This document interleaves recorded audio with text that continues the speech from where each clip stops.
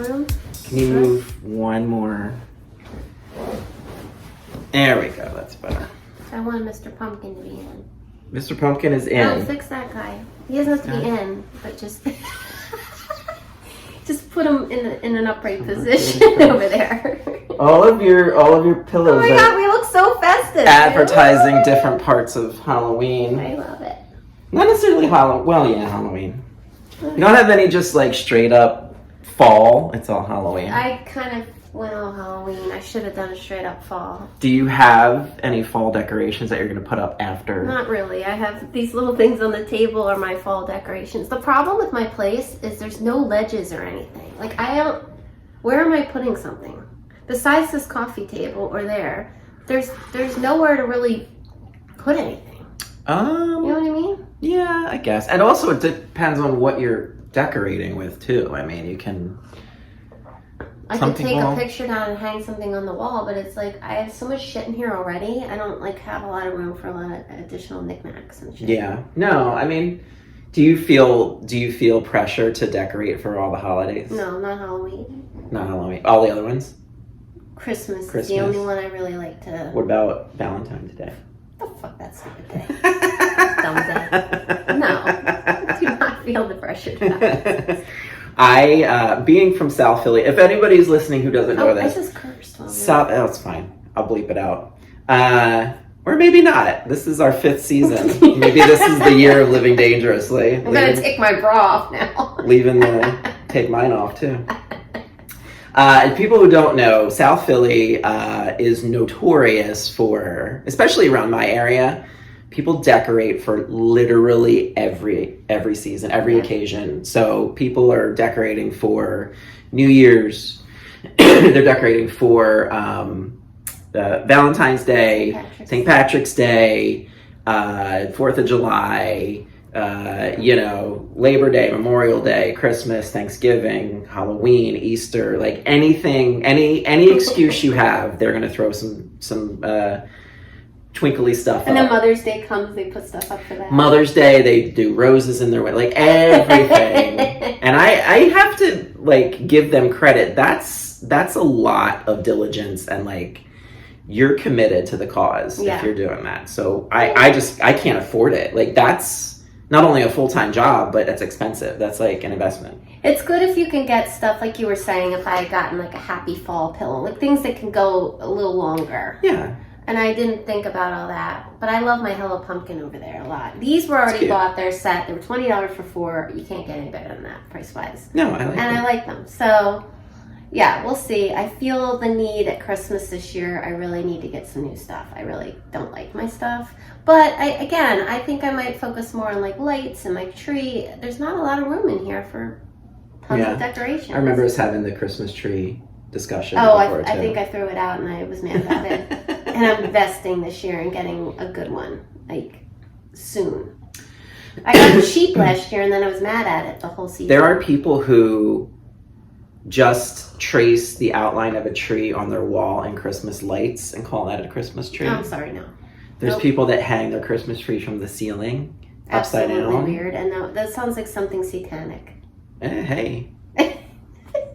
Who knows? No, I'm pretty traditional when it comes to especially Christmas.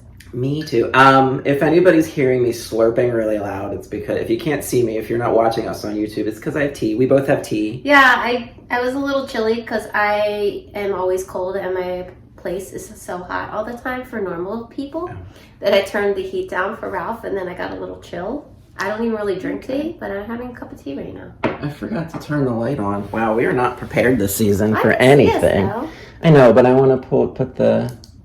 Oh. Right? There we go. Look at that. I think we look better. Yeah, a little up lighting takes away all the shadows from your chin and everything. Suck it in. Look at that.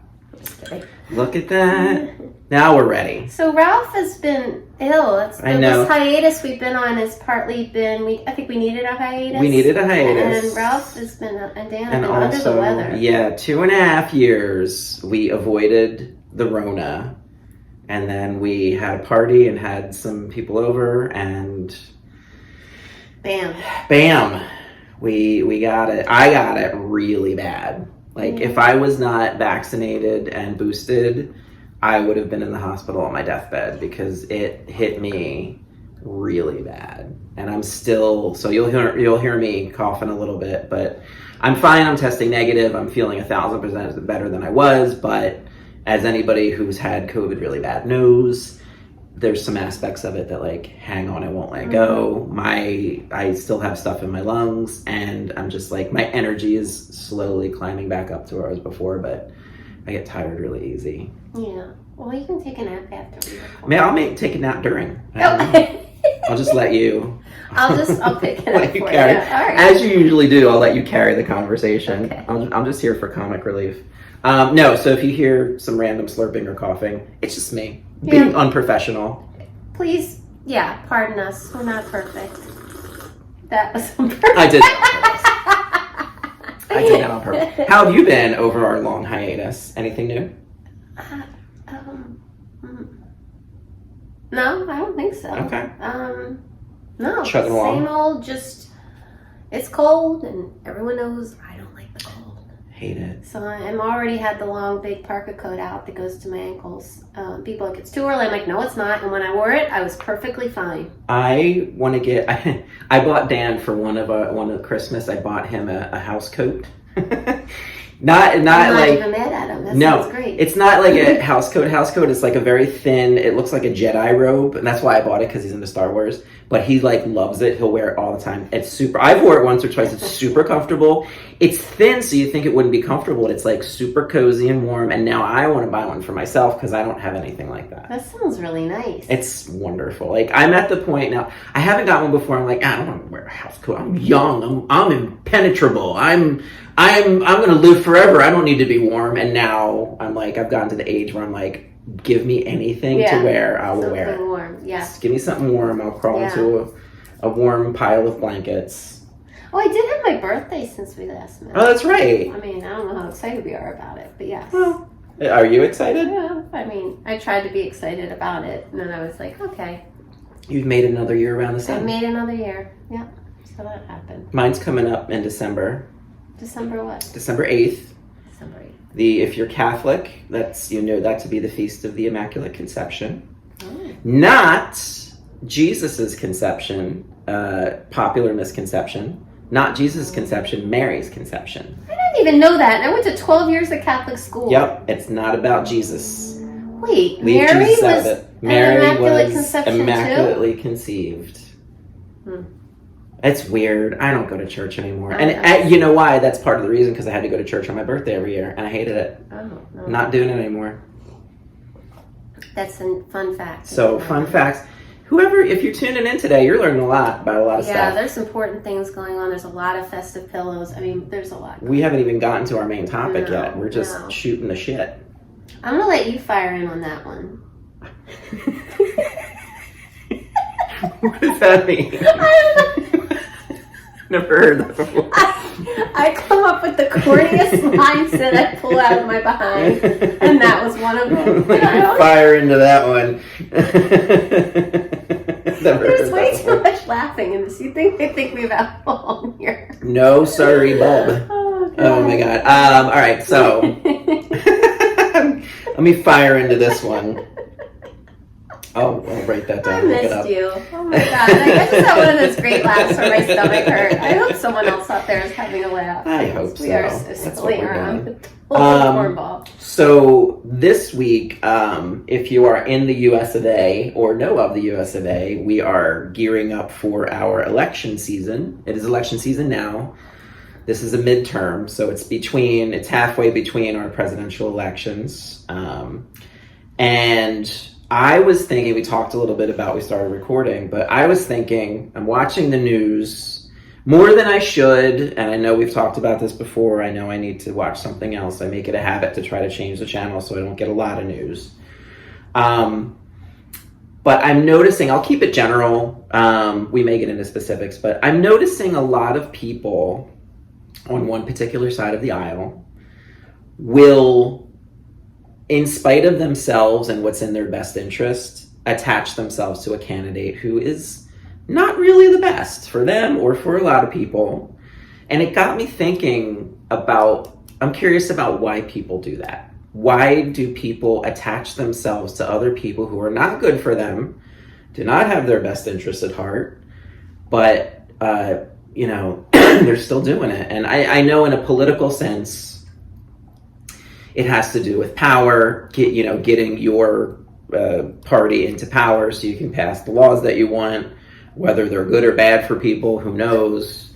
But I think there's a lot of connections from that to personal relationships and, you know, maybe associating yourselves with people who maybe aren't the best for you, getting into romantic relationships that maybe aren't the best for you, you know, keeping in touch with family members who may not be. And so it got me thinking. I'm just curious about why we do that, like in a general sense and maybe in a more specific sense of, you know, what do you think about that? Yeah, I'm thinking.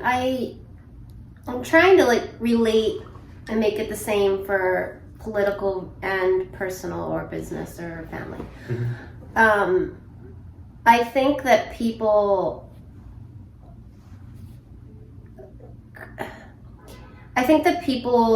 identity is sometimes part of their political belief, like it's their identity. And so in order, if they were to buck or disagree or go against specific things, then that might mean giving their identity up or having to question or look at their own identity in relation to that party. Does that make sense? Yeah, At least to start. I mean, full disclosure, I mean, I'm a Democrat. Whoop whoop. Vote blue. Big D, little d. I don't know what that means. I just wanted to throw that out there. That was like run whatever I said. Run DNC. But I consider myself a Democrat because what they're fighting for most closely aligns with my beliefs. But I don't do that blindly. There was a time where I switched to independent because the Democrats were pissing me off and they weren't doing what I wanted. And I changed my affiliation and I voted independent a couple cycles because I'm not attached to like you were saying, it becomes your identity. I don't think a part of your identity. And I don't think, and again, just being very specific to American politics, I don't think I know anybody who's like being a Democrat is their identity or part of their identity. I think it's more, they always talk about like, I want to help people. I want to pass laws that, you know, help people who are food insecure or, you know, housing insecure or women's rights, healthcare, you know, LGBTQ rights. Like, they're more about the issues of like, let's try to help people and like do this right. And then there are people who on the other side of the aisle who are very much like, the first thing they say is I'm conservative, I'm a Republican. We are a conservative Christian nation. We're not. It wasn't founded on Christianity. Sorry. Go ahead. I thought and I got excited. Go ahead. But what's interesting is I don't just say I'm a Democrat, I'm liberal. And that is part of my part of my identity. So it's just like jumped out at me. So I think it depends. And of course I think it's great to be liberal and everyone that's conservative thinks it's great to be conservative. Yeah. So that is kind of a part of who I am because it shapes so much my values, my beliefs, my, you know, all that stuff. I think for me, if there was, and I can never see this happening, but if by some weird chance in the multiverse there was a Republican candidate who spoke to my beliefs and was like, I'm going to get these laws passed to help people, I wouldn't have any qualms about voting for them. I would, see.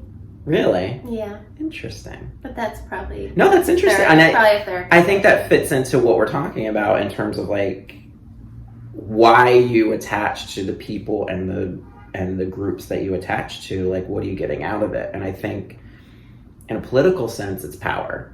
You know, on the right in this country right now, a lot of it is just like, let's just get our person elected so we can get in power and then do stuff. No matter if it comes out like they're really not a good person or their values really don't align with us, we're still going to get behind this person because that's our guy, and we need to have one more body, you know. I don't know. I think of and this is probably not fair. So please, if you're Republican or whatever, or please don't write me a hate email. I just think that it's insecurity to me. It's insecure to me that you can't stick by your values, beliefs. What's another word for that I need to put in there? Values, beliefs, and I feel like there's something else. Giraffe. Yes, no. Giraffe. Then I feel like you have an insecurity within yourself of like what you think and what you believe, and you're looking to somebody else to tell you. Like almost, I don't know, I'm not making sense. I'm trying to get my point across. Whenever I feel like this is my whole thing. I think that when people are very defensive about, and I'm not saying all Republicans are, Democrats, anyone right now, I'm just speaking general. Mm-hmm. If people are very defensive, need to argue their point, and shove it down your throat. Mm-hmm. To me, I see insecure. Because I see someone that's secure in their beliefs, their values, and Giraffe to... Good callback. If you're just tuning in, you need to start it. You're getting better at this. I like that. Somebody that's really secure with what they believe and think doesn't feel, which I'm not trying to toot my own horn, but I think that's me, because I won't engage in any of that. I want nothing to do with it. I don't need to. And I don't need to prove my point. I don't need to bring you to the other side. In fact, I do the opposite when people try to challenge me, and I just shut down and I won't do it. Like I'm not, it's a waste of energy. It's only going to get me mad, you mad. We're not going to get anywhere at the end of it. So I feel like people that feel like they have to do that with anything. I feel that way about religion too. If you feel like you have to go around telling everybody and shoving it down their throat and being aggressive when people don't agree with you, that says insecure to me. Because why do you need that? If you feel so sure, why is that just not fine in and of itself? And I think that's a good point to reiterate, is like I don't think either of us have a problem with people just because of how they vote or their religious beliefs. Not at all. I mean, please vote however you want. My whole family's believe. Yeah, my parents are devout Catholics. Yeah, like I get all that. I have no problem with that. I think when you take it to the level of like, that's your whole personality and you need to pick fights with people and like get your point across. It's like, there's no need to do that. Yeah. You know? I mean, I'm not saying it's right. It's my theory with my therapist hat on about it. Yeah. People are defensive when they are insecure about something or they're not sure. Yeah. We feel like we have to prove something or defend, usually, when we're feeling insecure. If you think of just an argument between two people, when someone's feeling attacked and they have to defend themselves or prove themselves, or if somebody, often when they're trying to, what am I trying to say? When they're trying to prove that they're right, they're going to become very defensive. I don't know. I just think that when you are sure about something, you're not defensive about it. Period. When you're certain and you're confident, there shouldn't be any defensiveness about it. How much do you think fear plays into this as well? Yeah. Because I can see that with, especially in the political realm, I see that.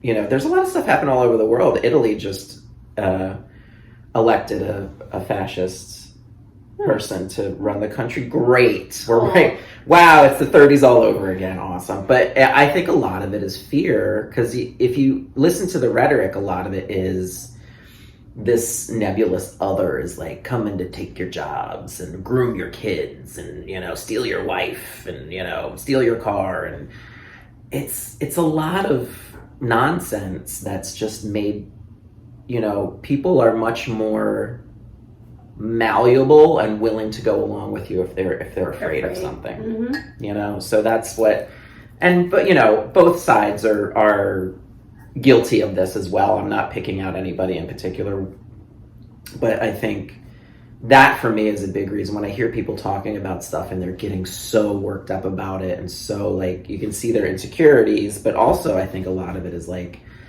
I'm afraid of this thing, so I'm going to be very vocal and outspoken about how we can, you know, stop it from happening, even if it's never going to happen anyway. Mm-hmm. Yep. So then kind of making connections now from the political realm, because I see parallels of that with people in their individual lives too, you know, right. Just like people will latch onto a candidate that maybe is against everything that you would like to happen in your life, but you're going to vote for them anyway because it's the power thing of like, I need our team to win, you know. There's parallels of that to personal relationships, like family, romantic relationships, work, you know. I think people stay in these weird relationships for different reasons, and I'm always curious about why, you know, especially when it's very obvious to other people, like, what are you doing? Right. You know, have you ever worked with people like that? Oh yeah. And I know you can't say specifics, but No, I'm thinking of so many things. My brain's kind of firing. That's good. They're all different. Okay, let me get into personal relationships. I think that people are, I think there's two things. If we think of like a controlling, or if we go so far as abusive relationship, obviously in an abusive relationship, that person presents as perfect in the beginning. You know, they present as absolutely charming and wonderful and everything else, and then they start to, you know, show their true colors.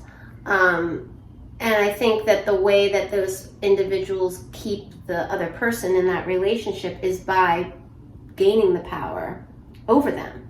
Not everyone that gets involved in an abusive relationship or a toxic, unhealthy relationship went into it, specifically abusive I'll speak of, went in with a low self-esteem. That's a myth.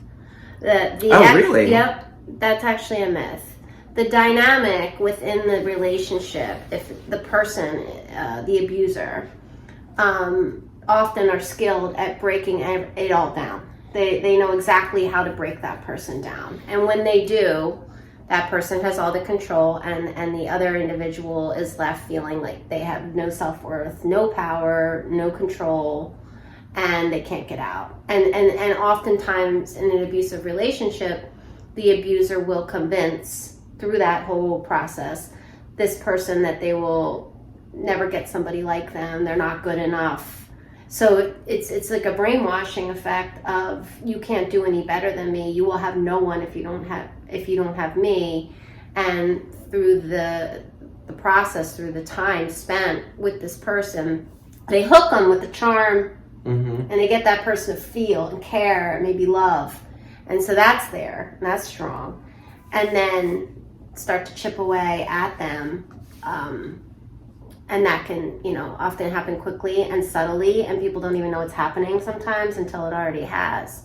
So I think that's part of that. I think if we step away from abusive and just like toxic or codependent or unhealthy, it often goes back to everything I say every time: your relationship with yourself. Period. I actually was just watching a TikTok video before Ralph came. What? And the guy said something, you know, he's talking about like standards. Like, you're going to allow people into your life based on your own standards and what you'll allow yourself. And, you know, we often repeat what we saw as children. I was just having this conversation with someone today. And what we did not get from our parents, we try to get in our partner oftentimes. And so that's why you see somebody pick, they had a very emotionally unavailable parent, they pick an emotionally unavailable. Man. Am I too deep? No, I love it. It's great. I was like, am I babbling? No. Like, they pick awesome. an emotionally unavailable partner. I'm like, how the hell did this happen, right? And it's because it's all subconscious. The person's trying to get their needs met. Like, if I can get this person to love me and to be there for me, then they're sort of almost trying to heal their inner child through that relationship. But all in all, what's happening there is a lot of damage to their self-worth and not feeling good enough. And that's why I think people tolerate, overlook, and accept behavior that's not acceptable and way below what they deserve. Wow. You're dropping truth bombs left and right. Oh, did I just... Crazy. TikTok helped me prep, I think. Wow. I don't know if I'm on top of it, but I definitely want to... No, I think you are. And I think I see parallels between everything we're talking about in terms of, like, first of all, I thought that if somebody was very self-confident, they wouldn't fall for a narcissistic person like that. But you just blew that out of the water, because anybody can do that. Mm-hmm. But then also I'm seeing a lot of parallels between what we've been talking about, political, religious, family stuff, relationships, in terms of, like, I have what you need. The only way to be cool, be in power, be respected, have everything you want, be anybody, is to come with me. And if I am the only way, and if you're not with me, you're gonna be... Yeah, like cults and stuff like that. That's right. I want to go back for 1 second. Yeah. I do want to say about the abusive relationships that often people that have very low self-esteem, that have grown up in abuse, are attracted to... They don't know it, but they choose partners that are abusive. And then when the warning signs start to go off, they don't see them because they grew up with that. That's familiar. Mm-hmm. And then for some where it's really extreme, where their self-worth is, in the gutter, they equate the abuse control for love. So there is that too. I just want to make sure that I'm saying it all. Yeah. Including everything. It fascinates me how people can do that. And I think looking at it from the outside, I think it's easy for us to say, oh, I would have noticed that the second it started happening. It's so easy to, armchair quarterback, when you're not in it, to say, oh, I could have seen that coming a mile away. No, probably not. No, and the interesting part about it is that the abusers are so insecure themselves. Mm. That's what's bananas about it. Is the reason they need to exert the power and control the person is because they don't feel like they're good enough. So it's like a power vacuum. Like the people who are in that place of authority are the ones that are like, oh, you can't be anything without me. They get their power from taking it from somebody else. Exactly. It's like if you were secure with yourself, if you were secure with your relationship, why would you need to control somebody? Right. Why would you need to control them and beat them up every time they do something you don't like? Right. That's how you learn to keep them, because you really don't think you're enough and that you can get anybody else. It's like a whole psychological show. How much of it is, there's also a side to it, I think, of especially with men, I am owed this, I deserve this kind of thing. Like in terms of anything really, political, jobs, relationships, there's this very pervasive undercurrent I see of, how could you not want me? I deserve you. I am owed this job. I am owed this woman. I am owed this life, kind of thing. That's either a narcissist or it's complete bull. And it's an arrogance fraud with an insecure person inside. Oof. Throwing big words at me. I meant to say it like an arrogance, costume. Like they're hiding behind that puff. Right. Puffing themselves up. So it could be either. There are people that truly believe that are, I don't like to throw the word narcissist around because everybody does. And there's a diagnostic criteria for true narcissists. But I think somebody that is truly a narcissist and everything's about them could present that way. And I think that somebody that's highly insecure but works real hard to put on an arrogant what am I trying to say? Arrogant facade, air, giraffe. There. Oh my god. Arrogant giraffe. Yeah, I think a lot of times that it's just bull. Like underneath, and it's a major. I can't stand it. It's very difficult to work with people like that because it's very hard to get them to put that down because once they put that down, they're this big, you know? Yeah. And it brings me back to where we started with the political aspect of it. It's fun to look at the different candidates when the season comes around, and I can tell immediately sometimes, like, oh, you're not gonna win. I'm sorry. You're precious. Like, they seem like really wonderful people, but it's like, I think we've trained ourselves as a society, like, we look for people in command or in leadership positions or where we elect people. We look for some of those toxic traits that you're talking about, like the narcissism, the bloviating, like the big ego. We think like, oh, they're going to be a great leader. Look at them. Like, that's entertaining. Not necessarily, because we just went through 4 years with a president who was very empty. Like, he had all that stuff and like, oh, I know him from TV. I'm going to vote for him. Great. You know, not great. Doesn't That's work like that, you know? Not great. And so there are some people who are running for office that I look at them and I'm like, you stand for the right stuff and I would vote for you in a heartbeat, but you're not, I know exactly what you mean. You're just not gonna. That does happen a lot. They're just kind of more of a regular person that probably would be the best leader because there's no BS around it and show. They just are, and they're not gonna. Yeah, I can think of some right now. Like, they're just not gonna get there. I wonder how much of it is an evolutionary thing too. Like, have we evolved to push down our, like, what's best for us in the long term for short term gains and success? I think, I don't know, I took this class in college and I've never forgotten it. That was a long time ago.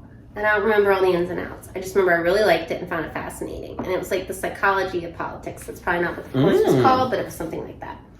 And it was so, and maybe people know this, I don't know, I find it so interesting. It was basically studying what were the reasons and the things as to why people would vote or choose a candidate.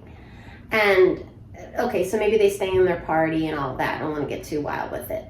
But it was dumb stuff. It was appearance. It was dress. It was like charisma, of course. It was all of these things that you were like, I was blown away at the time. Like, what? Like, this is the main things that people pay attention to that actually is what determines who they choose to vote for. And I was just like, oh my gosh. And they were talking about, who's the this is terrible, the president that was in a wheelchair or something? Oh, FDR. FDR would never have gotten elected once TV was. Well, he also hid that really well. Like, it, and all the pictures you see of him and all the news footage and everything, they made a point to, like, right, but you couldn't do that today. Of course not. So I can't predict or know whether or not he would have been elected, but my guess is no. Well, I mean, the governor of Texas, Abbott, is a wheelchair user. But that's today. Right. Like, today it's changing, but like, 1980s, I'll just give an example. Like, that stuff is more powerful than we think, is all I'm saying. I don't have the statistics. This was more than 20 years ago that I'm talking about right now. It's like more like 30, but we don't say that. Yeah, so I just found that really interesting. But yet, it was disturbing, but I'm like, yeah, probably it's true. Well, it makes me think of, in my coach training, I took a class where we talked about procrastination and how it's not, procrastination isn't a time management issue, it's an emotion management issue. Because when we procrastinate, it's not about like the time we're spending on stuff, it's us protecting ourselves in the short term from some emotional thing for like a long term, instead of like long-term benefit. Like, yes, I really need to do my laundry because I don't have any clothes, but I don't want to because then I have to get up. And it's like, you're protecting yourself, and not from the time, it's like the emotional lift of doing, like, getting up and doing laundry. But then when we do it, it's like, oh, okay, this is nothing, I can, like, let me get this done. So married with what you just said, it's like we have this, humans are really dumb animals if you think about it. Like we always, we exchange our long-term happiness for like short-term gain a lot of times because we can't, it's easier to see the short-term successes than it is like the long-term successes, because the long-term, they're not sexy. No. Long-term goals are not sexy. No. You know, they're not immediate. Like we're very much like, give me that hit of, you know, dopamine now. Serotonin? What is it? Oh, don't ask me. Oh, they both sound great. Epinephrine? Laura Ephron? Giraffe.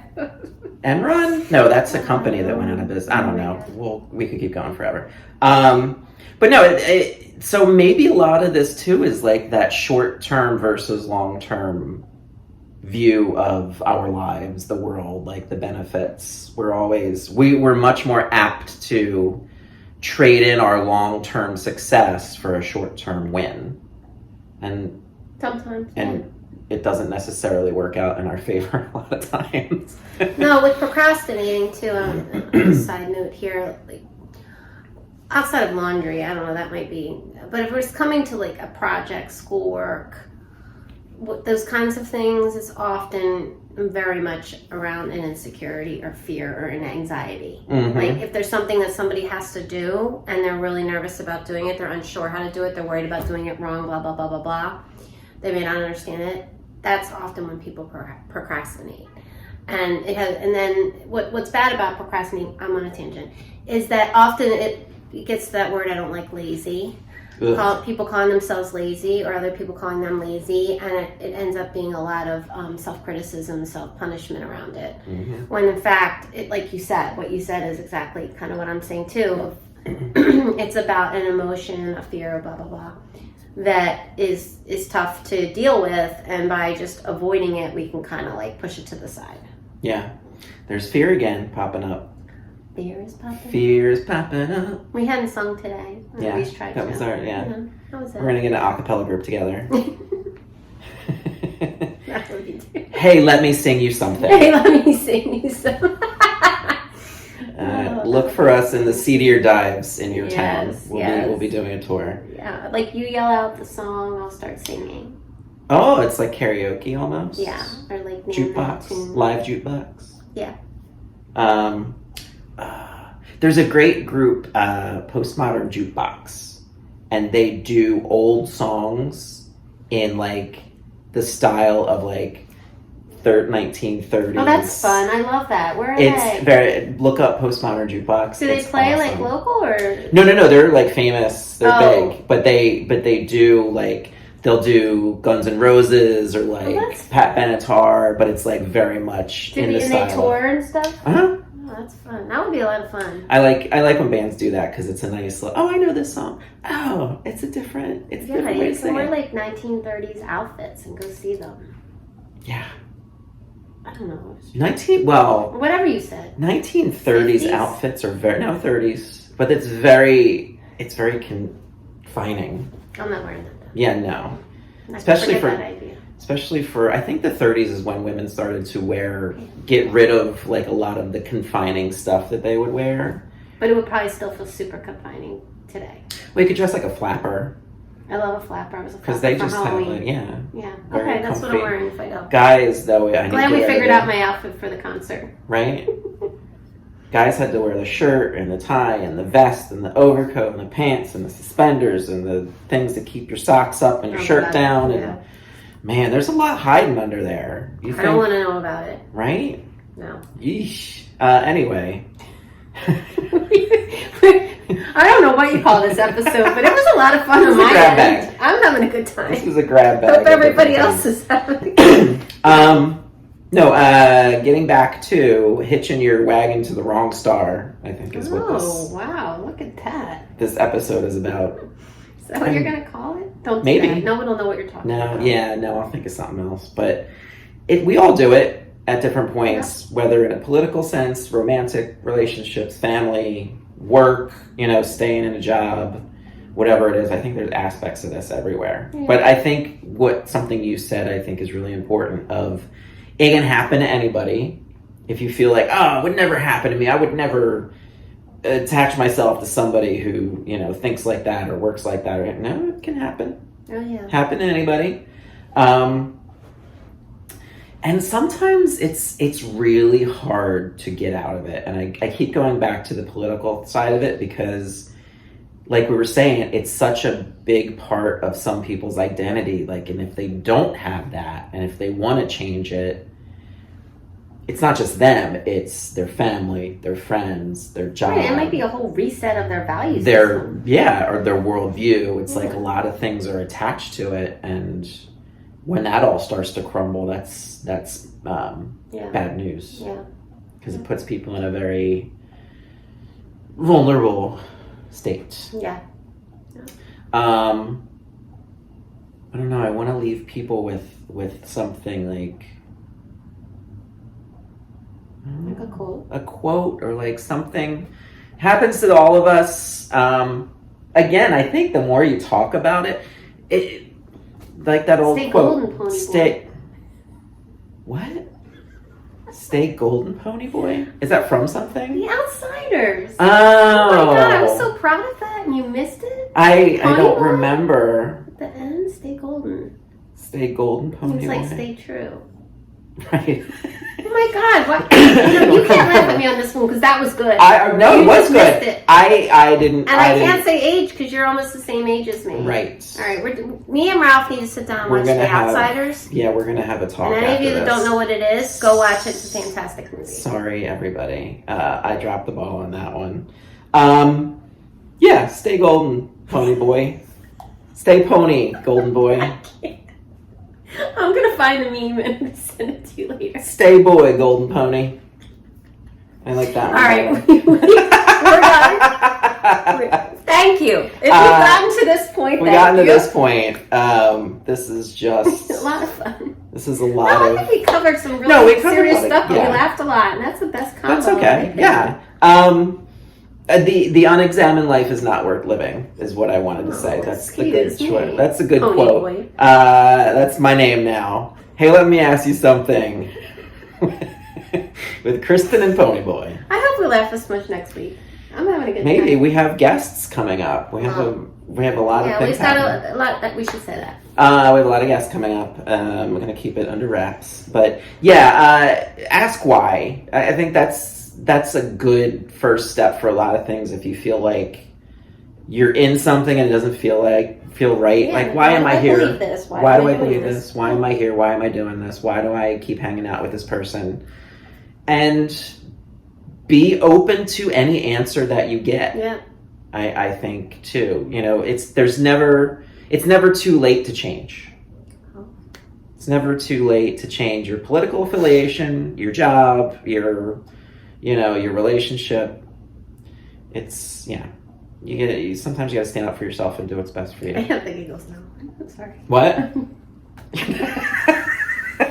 Trying to help. I'm sorry. I got the giggles like I'm 12 years old. I mean, you know what? It's kind of really fun. All right. I think we've said everything we need to say. Welcome back, everybody, to season 5. We're gonna have a lot of fun this season. You know what? I'm not gonna check the box anymore. If we curse, we curse. I think it's fine. Oh, watch out. I think we've built up enough. My clients already know, so I'm not gonna hold back. I think we've built up enough of a fan base that they'll be okay. Well, we can, if one slips by, it's fine. Okay. If a couple slip by. All right, everybody. Thank you very much for listening. We'll see you next week. Same bat time, same bat channel. Thank you. Bye.